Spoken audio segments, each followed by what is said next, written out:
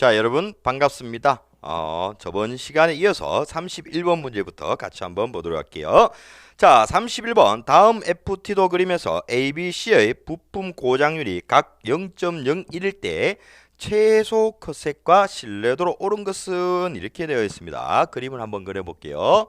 자, T가 있고요. 탑 사상이 있고, 이거는 또 엔드 게이트네요. 엔드 게이트고, 요것도 엔드 게이트 어떻게 이렇게 되어 있고요. 얘가 뭐다? A와 B다라는 겁니다. 그 다음에 얘는 OR 게이트네요. OR 게이트 이렇게 얘는 C와 어떻게 됩니까? A 이렇게 나와 있네요. 얘들을 가지고 어떻게 돼요? 최소 컷셋, 미니멀 컷셋을 구하라 이렇게 보면 되는데 우리가 뭐라 그랬죠? AND 게이트는 가로로 가는 거고요. OR 게이트는 세로로 간다. 요 개념만 조금 가지고 계시라라고 말씀을 드렸습니다.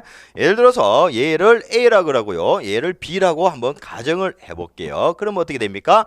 탑 사상이 있을 때 AND 게이트죠. AND 게이트는 뭘로 한다? 가로로 한다라는 겁니다. T에서 출발해서 AND 게이트는 가로. 그러면 A와 B가 되겠네요. A, B 이렇게 나열하고요. 이제 A를 한번 보겠습니다. A를 보니까 A는 뭐죠? 엔드 게이트잖아요. 엔드 게이트는 가로로 간다라는 겁니다. 가로로 써주면 돼요. A, B, 그 다음에 B는 그대로 이렇게 가로로 써주면 된다. 이렇게 보시면 되겠습니다. 그 다음에 어떻게 됩니까? B를 봐야 되겠죠. B를 보니까 얘는 OR 게이트입니다. C와 A가 있다. OR 게이트는 세로로 쓴다. B에다가 어떻게 됩니까? C를 쓰고 A를 이렇게 써주고요. 나머지 끈은 어떻게 되냐? 그대로 A, B, A, B 그대로 써주면 된다. 이렇게 보시면 되겠습니다. 그러면 얘는 어떻게 됩니까? A, B, C, A, B, C 이렇게 되고 A가 중복되니까 얘는 어떻게 됩니까? 중복되는 거는 어떻게 된다? 삭제를 한다. 그래서 A, B 이렇게 되는데요.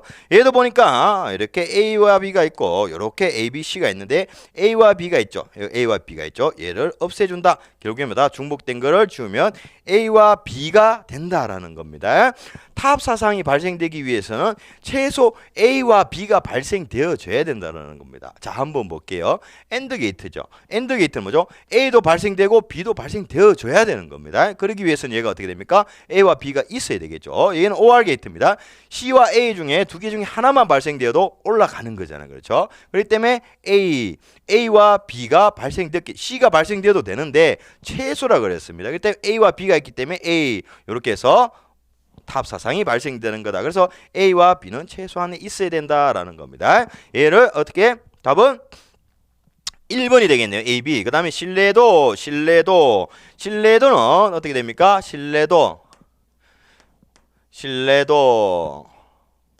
신뢰도가 있고, 자, 신뢰도는 1 마이너스 불신뢰도가 되는 겁니다.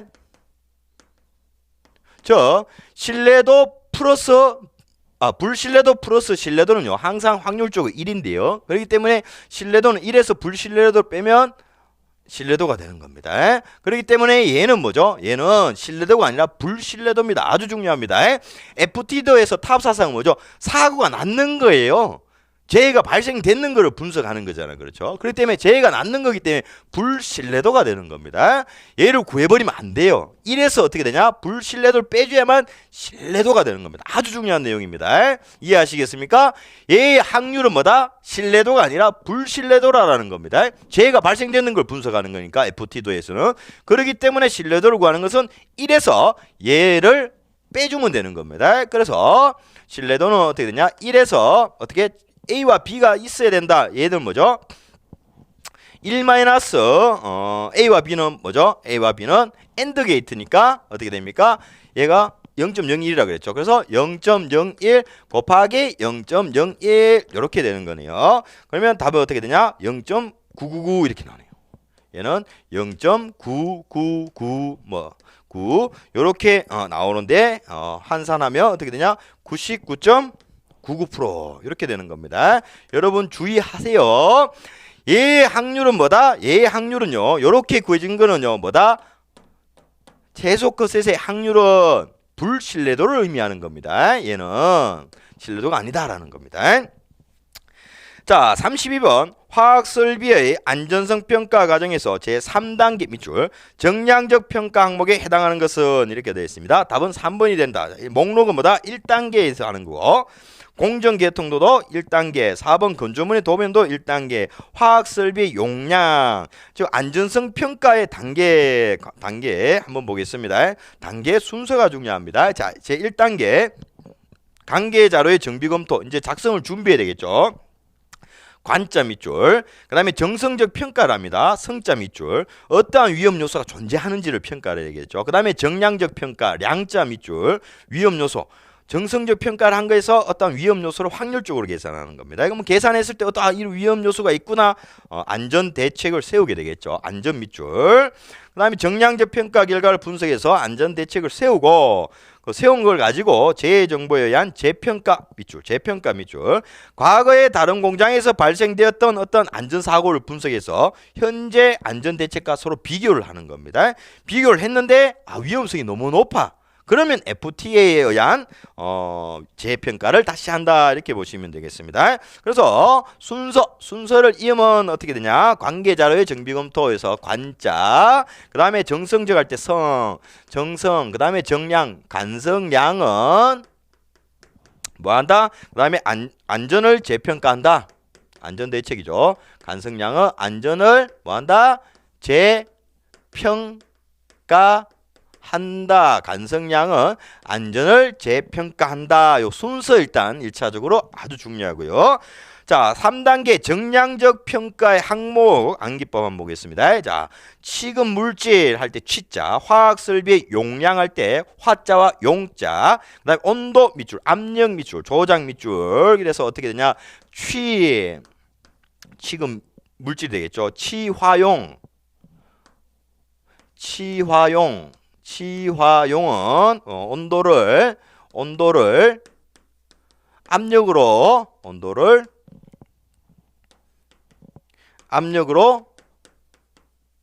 조작한다. 이렇게. 요게 뭐다? 정량적 평가에 들어가는 거다라는 겁니다. 정량적 평가. 이렇게 암기법을 하시면 답이 3번 화학설비 용량, 화학설비 용량, 화용 이렇게 찾을 수가 있겠네요. 그렇게 보시면 되겠습니다. 자, 33번. 자, 신뢰성과 보존성 밑줄.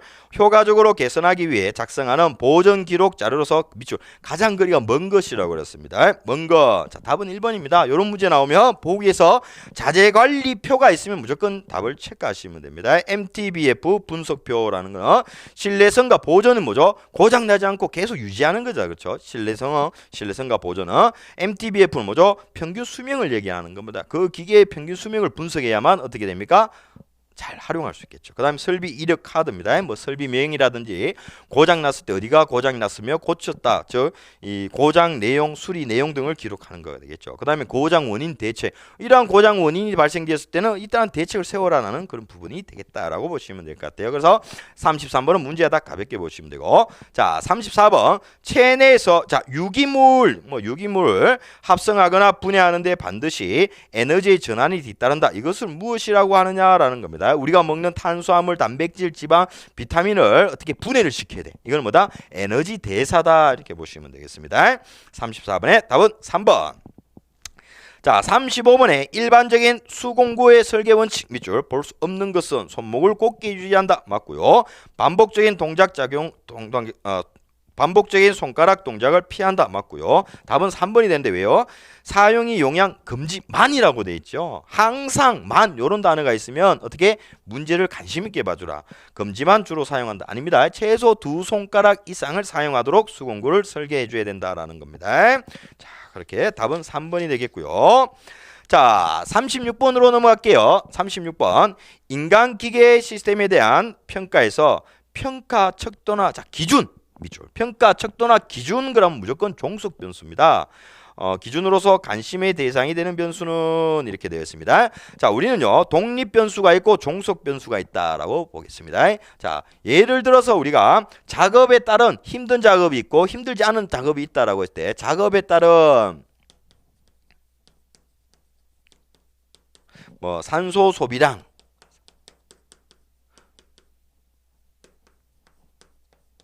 양을 측정한다라고 가정을 해볼게요. 힘든 작업일수록 많은 산소가 필요하겠죠. 여러분들 100m 달리기 걷는 것보다 100m 달리기를 하면 산소가 많이 부족하니까 이렇게 되잖아요. 산소 소비량이 많겠죠.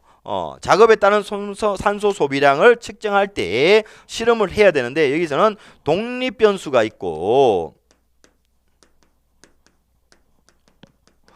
자 종속 변수가 있다라는 겁니다.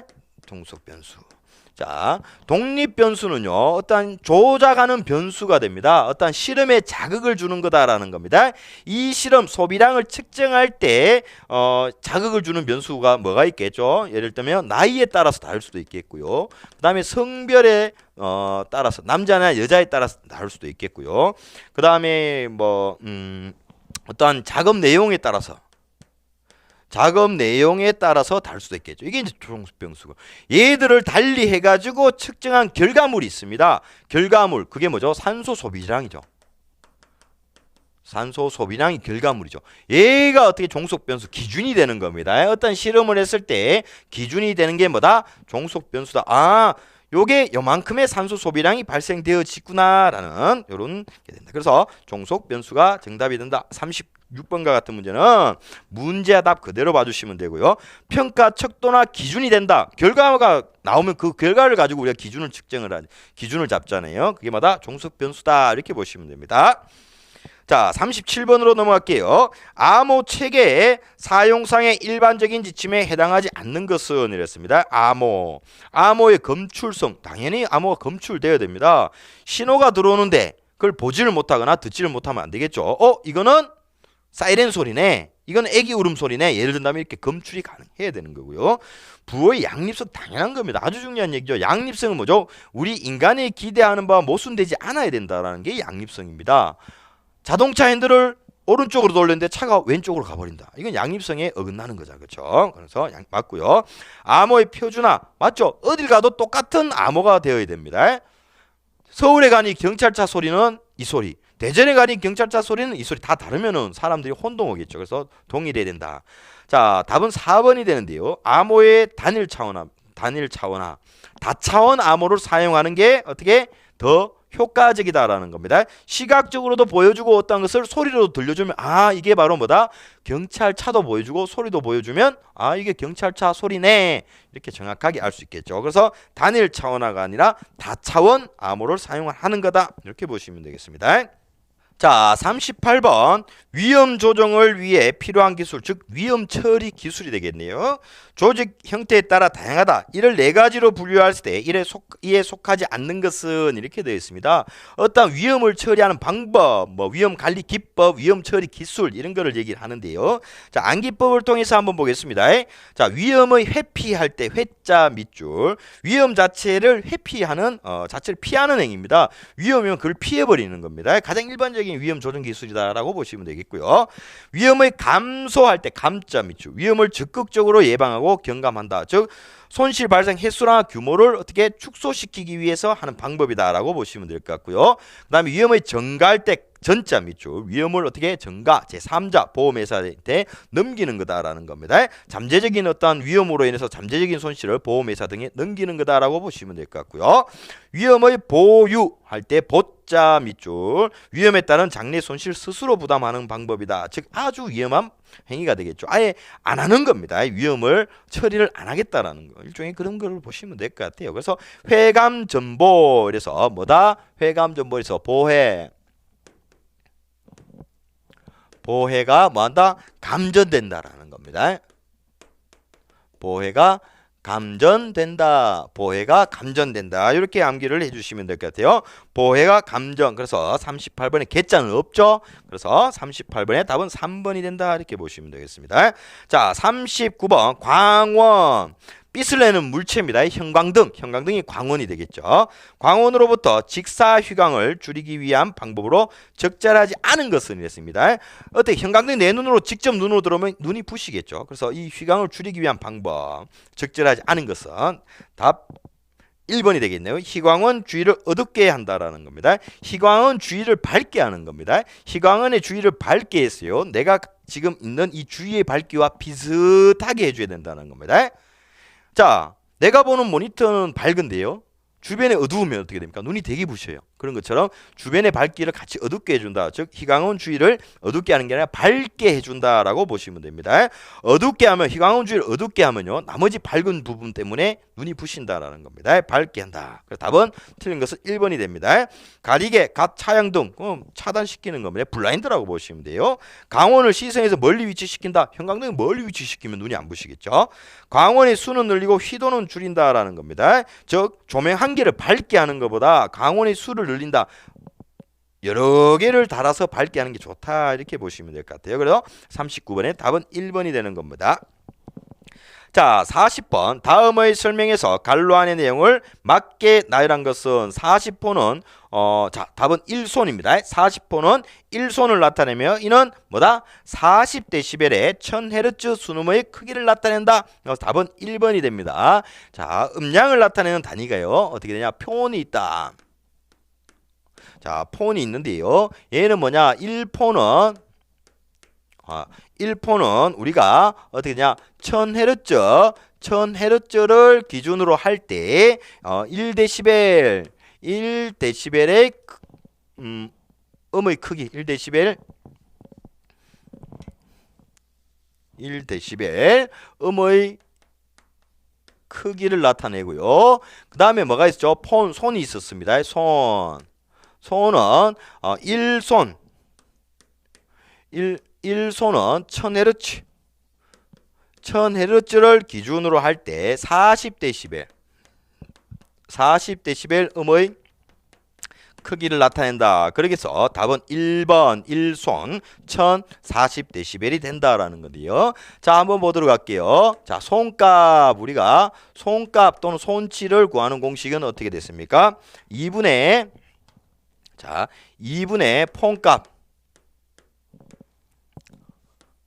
폰값 마이너스 40 나누기 10 요렇게 이제 구해줄 수 있었다라는 거거든요. 그래서 우리가 40폰을 한번 볼게요. 40폰이라는 것은 1폰이 1dB이기 때문에 어떻게 됩니까? 40폰이라는 것은 어떻게 됩니까? 40dB가 같다라는 겁니다. 40dB가 같다라는 건데요. 자, 40폰을 여기 한번 집어넣을게요. 2분의 어떻게 됩니까? 40 마이너스 40 나누기 10 하면 어떻게 됩니까? 얘는 40 나누면 0이 되겠죠. 2의 영승은 1이잖아요. 그래서 1손이 되는 거다라는 겁니다. 결국에서 뭐죠? 40dB의 음의 크기. 40폰은 뭐죠? 40dB이잖아요. 왜? 1폰이 1dB이니까 그냥 어렵게 생각하지 마시고요. 1000Hz를 기준으로 할 때 1손은 40dB의 음의 크기와 같다. 이렇게 보시면 되겠습니다. 그래서 손값을 구하는 공식은 이렇게 된다. 이렇게 별표 하나 정도 하시고 넘어가도록 그렇게 할게요. 자, 나머지 이제 세 번째 과목 한번 볼게요. 기계 위험 방지 기술입니다. 자, 41번. 다음과 같은 작업 조건일 경우 자, 와이어로프의 안전율은 이렇게 되어 있습니다. 와이어로프 안전율. 자, 문제에서 작업대에서 사용된 와이어로프 한 줄의 자, 밑줄 파단 하중이 100kN 밑줄, 인양 하중이 40kN 밑줄, 와이어로프의 줄수가 몇 줄? 2줄이다라는 겁니다. 와이어로프 안전율은요, 안전 하중, 우리가 안전하게 사용할 수 있는 이 안전 하중분의 와이어로프의 가닥수 곱하기 파단 하중이 되거든요. 그래서 어떻게 됩니까? 안전 하중이 얼마라 그랬죠? 40 인양 하중이 안전 하중이 되는 거죠. 인양할 수 있는 하중이니까 40분의 그 다음에 로프의 가닥수가 2개니까 2 곱하기 파단 하중 100 이래서 5가 나온다. 아주 중요한 내용 중에 하나다라고 보시면 되겠습니다. 42번 프레스기에 사용하는 양수 조작식 방호장치 일반 구조에 관한 설명 중 틀린 것은 미주. 일행정 1기구에 사용할 수 있어야 된다라는 거요. 일행정 1기구라는 건 프레스기의 상부 금형이 내려왔다가 올라가면 정지하는 거. 다시 양손으로 누르면 내려오는 것. 이렇게 보시면 될 것 같아요. 자, 누른 버튼을 양손으로 동시에 조작하지 않으면 작동시킬 수 없는 구조다라는 겁니다. 양손으로 동시에 작동을 시켜야 돼요. 이 거리는 얼마? 300mm, 즉 30cm 이상이 되어줘야 되고요. 이 차, 작동 시간차는 0.5초 이내가 되어줘야 된다라는 겁니다. 하나 누르고 0.5초 뒤에 누르면 어떻게 되죠? 안 내려오는 거예요. 동시에 눌렀다가 한 손을 떼고 0.5초 지나서 떼면 어떻게 됩니까? 안 된다. 0.5초 이내에 된다라는 겁니다. 거의 동시에 누르고 동시에 손을 떼어줘야 된다. 이렇게 보시면 될 것 같아요. 그러니까 답은 4번이 되는데요. 방호장치는 사용 전원 전압, 사용하는 기계의 전압은요 올라갔다 내려갔다 이 주기가 있습니다. 그 주기에 어떻게 되냐 플러스 마이너스 50%의 변동에 대하여 정상적으로 작동된다. 아닙니다. 100분의 20에 대해서 작동해야 된다라는 겁니다. 42번과 같은 문제도 100분의 20 아주 자주 나오는 문제 중에 하나다라고 보시면 될 것 같아요. 43번도 아주 중요한 문제입니다. 자, 산업안전보건법령에 따라 아세틸렌 발생기실에 설치해야 할 배기통은 얼마 이상의 단면적을 가져야 되는가라는 겁니다. 발생기실 아세틸렌을 발생시켜 가지고요. 이 아세틸렌 가스 우리가 카바이드에다가 물을 섞으면 이제 아세틸렌이 발생이 됩니다. 발생된 이 아세틸렌 가스와 산소를 결합해서 사용하는 게 아세틸렌 용접 장치인데, 그러면 아세틸렌을 발생을 시켜야 되잖아요. 그 시킬 때 발생기 실의 구조다라고 보시면 될 것 같아요. 이 발생기 실의 구조는요 아주 중요한 내용이요. 벽은 불연성 재료로 한다 밑줄. 그 다음에 어떻게 됩니까? 지붕과 천장 아주 중요한 얘기입니다. 지붕과 천장은 얇은 철판이나 가벼운 불연성. 지붕이나 천장. 왜? 이 안에서 혹시 화재가 발생되었을 때요 위로 터져라 이 말입니다. 옆으로 터지지 않고. 그렇기 때문에 어떻게 되냐? 벽은 아주 튼튼한 걸로 하고 천장은 어떻게? 가벼운 철판, 얇은 철판이나 가벼운 불연성이라는 불에 잘 타지 않는 거를 얘기하는 거고요. 이렇게